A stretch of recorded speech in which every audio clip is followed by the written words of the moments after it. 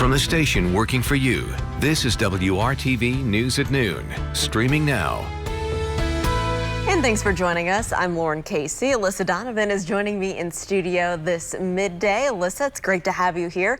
And you brought with you some great weather to start our work week. So we've had those clouds out and about all day today. We're still seeing some of those clouds across the Indianapolis area this afternoon. We should see some peaks of sunshine a little bit later today, but those clouds are really just hanging around a little bit more than expected. Besides that, though, a fairly nice day. Temperatures in the 70s right now, 74 in Indianapolis.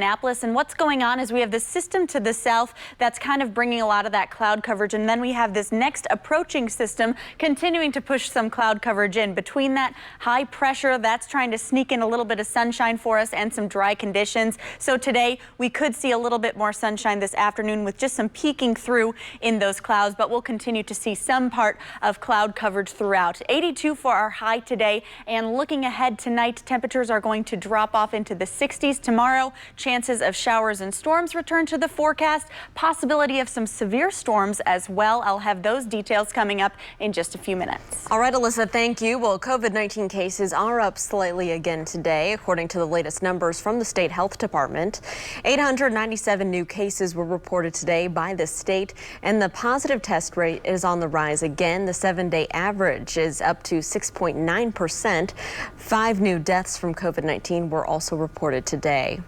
The president of Ball State University is threatening to take more action against students if COVID-19 cases on campus continue to rise.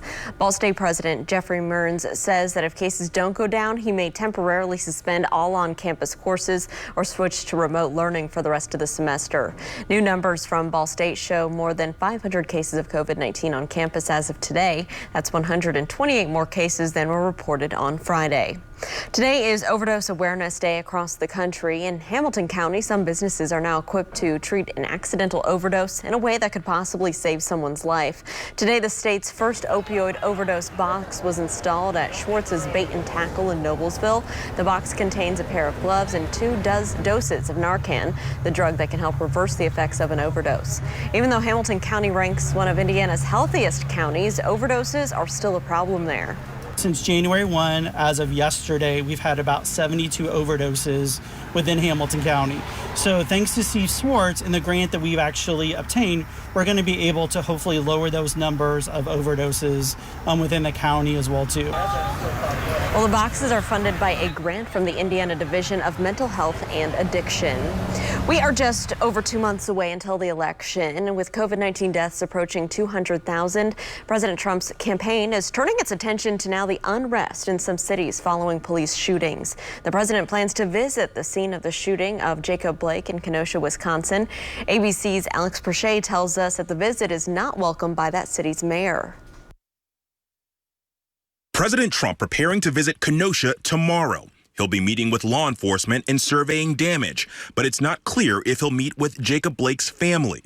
Blake was shot in the back 7 times by a police officer, resulting in his paralysis and more than a week of unrest. Rustin Chesky, the officer who pulled the trigger, and 2 others have been placed on modified leave. Public outrage has been further fueled by Kyle Rittenhouse, a 17-year-old civilian charged with shooting 3 people, killing 2 in Kenosha during protests last week. Rittenhouse's attorney arguing his client had no choice but to fire multiple rounds towards his immediate attackers because he feared for his life. President Trump refusing to condemn Rittenhouse. There's some folks who've said conservatives are holding up this young man as, having done so within his rights. To sort of self-protect. Well, that's under investigation right now, and they'll be reporting back to me over the next 24 hours, 48 hours maybe max. Wisconsin's governor pleading for the president not to come, writing, "I am concerned your presence will only hinder our healing."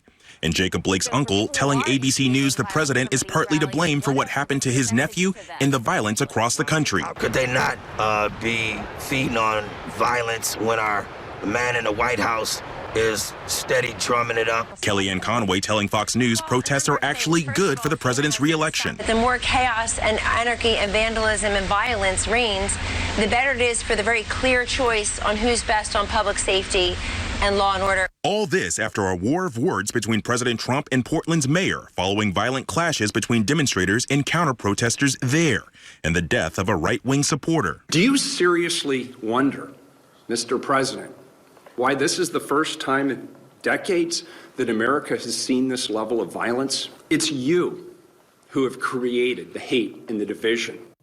Joe Biden is in Pittsburgh today. His prepared remarks saying this president long ago forfeited any moral leadership and that he cannot stop the violence because for years he fomented it. Alex Perche, ABC News, Washington. Georgetown, that's the ball game, the national champions.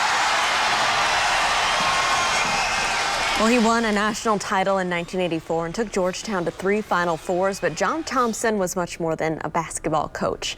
Thompson led the Hoyas for 27 seasons, and he was a fierce advocate for his players.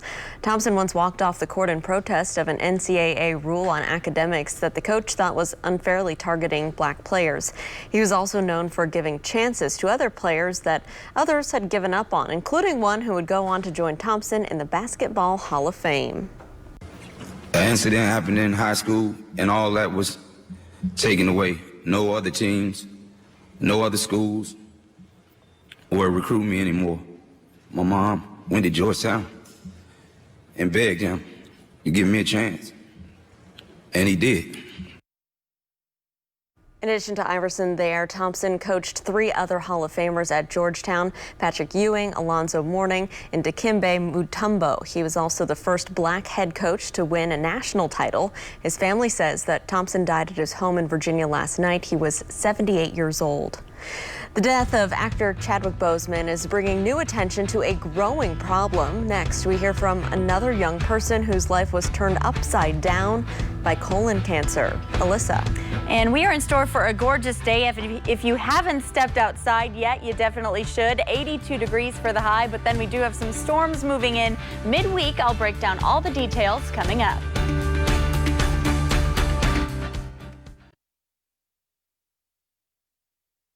Welcome back. So experts say young people are being diagnosed more often with colon cancer each year. This weekend, the death of actor Chadwick Boseman's shedding a light on the difference that early detection can make. WRTV's own Troy Washington spoke with a young colon cancer survivor about how she was almost misdiagnosed.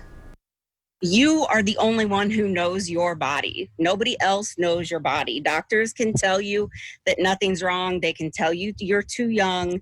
They can tell you you don't have a family history, but the science community knows that there is a rise in colorectal cancer in those of us under 50. Just one day after learning that after all the bad guys Black Panther beat, it's colon cancer that ended Chadwick Boseman's life. In his passing, he might be doing more for raising awareness for colorectal cancer, and especially in young Black males, than he could have when he was alive. So I think that as a community, we have to respect his decision to remain private, but we can also use it as an avenue to reach more people. Andrea Bauer knows what it's like to battle the sickness. I was diagnosed with stage 3 colon cancer when I was 35 years old, and I had bloating, I had blood in my stool, but it was because of my age and because I had no family history, a colonoscopy was never mentioned. It was mistaken for something else at first since she was so young, but experts tell WRTV younger people are now at risk. Cancer Society said that everybody in the United States, all races, should begin screening at age 45. The risk has been going up in young people, even down to the age of 20. Boseman was only 43 years old. He died after battling colon cancer for 4 years. By the time he was diagnosed, the cancer had reached stage 3. Experts say, and Bauer agrees, early detection makes a difference. It is curable, it's treatable. Working for you, Troy Washington, WRTV. Troy, thank you. So we know IndyCar driver John Andretti passed away this past year at the age of 56, also from colon cancer. And he launched the initiative Check It for Andretti to raise awareness. We have more resources on this story by going to WRTV.com to help you get more information about getting screened. Well, you get a call from someone saying that if you make a switch, they can save you money, but they're probably just trying to take your money. Next, some tips from the Better Business Bureau on how to protect yourself. And let's take a look outside right now from our tower camera here looking towards the west. You can see some high clouds up there, some thin clouds. Alyssa Donovan was mentioning those. She's going to have a look at what the rest of the day looks like here across central Indiana and the rest of the work week coming up right here on the News at Noon. Stick around.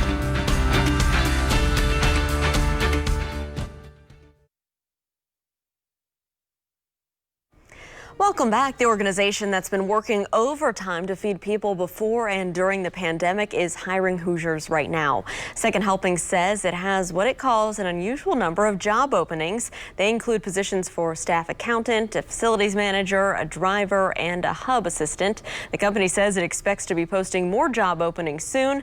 If you're interested, you can find out all of the details and all of the other job openings across central Indiana right now by visiting our website, hiringhoosiers.com. Well, the old saying is that if it sounds too good to be true, it probably is. And Tim Escal with the Better Business Bureau is here with a scam in which it sounds like you're getting a great deal, but in reality, it's just a way to steal your money. If you get contacted by someone representing themselves as from a utility company, let's say the electric company, your cable provider, TV provider, something like that, and they've got a great deal for you, be on the lookout because they're going to offer you either upgraded service or some sort of great deal to switch. But here's where the trick comes in. They are going to want you to pay via some sort of unusual form of payment. A lot of times it is a prepaid debit card or maybe a gift card. It's not a traditional credit card. And what they want is they want you to pay with that form because those types of payments are not able to be tracked. And the people who are offering you this, they're not actually representing the utility companies. They're just trying to get your money. So if you get a call from somebody with a great deal on your cable, your telephone, electric bill, wanting you to switch, and they ask for some different form of payment other than a credit card or a normal sort of type of payment, either a prepaid debit card, gift card, don't fall for it. Hang up the phone. They're just trying to get you to give them some money, and they're going to be long gone, and you'll never get the great offer. So just be wary of that. We're seeing a lot of that here in central Indiana right now. All right, Tim, thank you so much. And you can find out more about this and other types of scams targeting your money by going to bbb.org. We do want to take a turn to our forecast right now. Alyssa Donovan is joining me. Alyssa, I'm looking forward to, after this show, stepping outside, maybe going on a walk. It's a pretty nice day. Yeah, you know what? It's going to be a great day for that, and it's going to be one of the few great days over the next couple days, so get outside and enjoy it. Now, we are going to see a little bit more humidity in the forecast by this afternoon. Still feels fairly dry outside right now, but we are going to see some of that moisture filter in later today, and then definitely going to feel that humidity rising by tomorrow. That's going to help fuel the potential of some thunderstorms. We're going to start with the potential of some severe storms tomorrow afternoon and evening, and then we'll continue to see unsettled and unstable weather Wednesday and Thursday before we can see this cold front move past us, which is going to leave us some cooler and drier, more pleasant, less humid weather just in time for our weekend. Right now, though, 74 degrees here in Indianapolis, and you can see we do have some cloudy skies around the area. We're going to continue to see that cloud coverage as we head into the afternoon with just some peaks of sunshine filtering through, and you can see that humidity has come up just a little bit, and we'll continue to see that rise. What's going on is we have high pressure to the north of us. That's helping scoot out some of that cloud coverage, so areas to the north are seeing a little bit more sunshine than we are here in central Indiana. But we had that system move through this morning that's moving off to the east now. That just brought us a little bit of moisture, and now we have this next system approaching, and that's really going to move in tomorrow. So we'll see that move in by Tuesday afternoon and into the evening. Then we'll continue to see the impacts on Wednesday and Thursday as well. Looking at the potential of some heavy downpours, especially Wednesday and Thursday. Looks like Tuesday, we're really just looking at that convection potential, which means there's going to be a storm threat. Possibility of marginal risk. Well, we have a marginal risk of severe storms across central Indiana, possibility of gusty winds as well as hail with that system moving across. And of course, we'll get you the timing on that tomorrow morning, but it is a good time to get that Storm Shield app just so you are aware of any weather that's coming through tomorrow. Looking ahead to this afternoon, things are going to remain fairly quiet. We're just going to see a little bit of cloud coverage, a few peaks of sunshine later this afternoon as we see some breaks in that cloud coverage and that high pressure peeks through. 82 degrees for our high today and those light winds. Looking ahead, tomorrow we're going to continue to warm up, so you'll notice that humidity in the air a little bit more tomorrow as you head outside, and then by the afternoon on Tuesday, that's when we'll see that potential of storms moving in, continuing to see that potential Wednesday and Thursday, and then the weekend's looking really nice. We're back into the 70s with low humidity and sunshine. All right, Alyssa, thank you. So we typically think about getting flu shots in the fall, but pharmacies and doctors' offices are already offering them right now. Lindsay Thies with our partners at Newsy tells us they're hoping to prevent an overload of severe COVID-19 and flu patients later this year.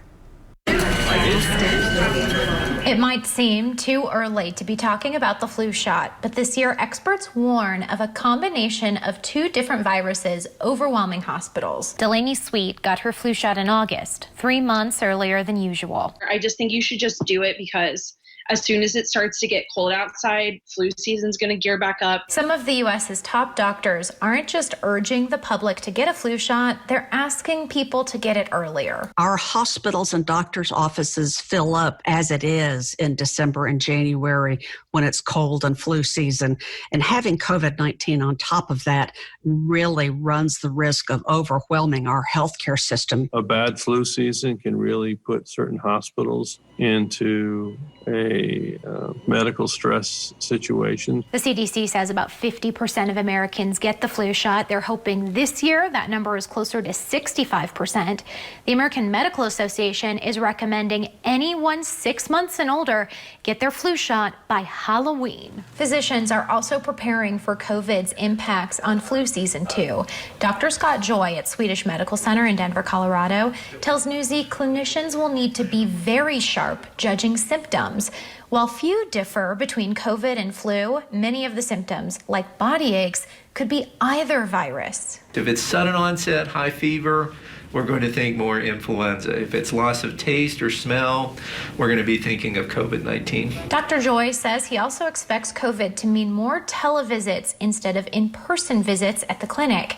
He has suggested already to his patients they get home medical equipment in case symptoms pop up, like a thermometer, blood pressure cuff, and pulse oximeter. So if a patient calls and their oxygen level is a little borderline, we could say, hey, why don't you keep an eye on that overnight and let's do another televisit in the next day or two. Doctors and experts are also watching countries in the southern hemisphere.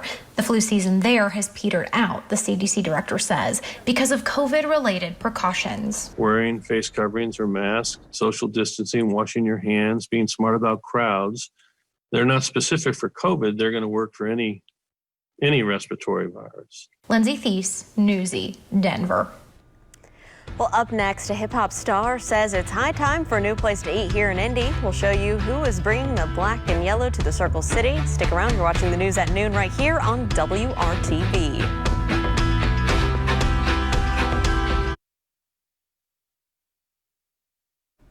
Welcome back. Rapper Wiz Khalifa really wants to be the king of everything. The hip-hop star will soon be rolling up in Indy with his new takeout restaurant chain, that is. It's called Hotbox by Wiz.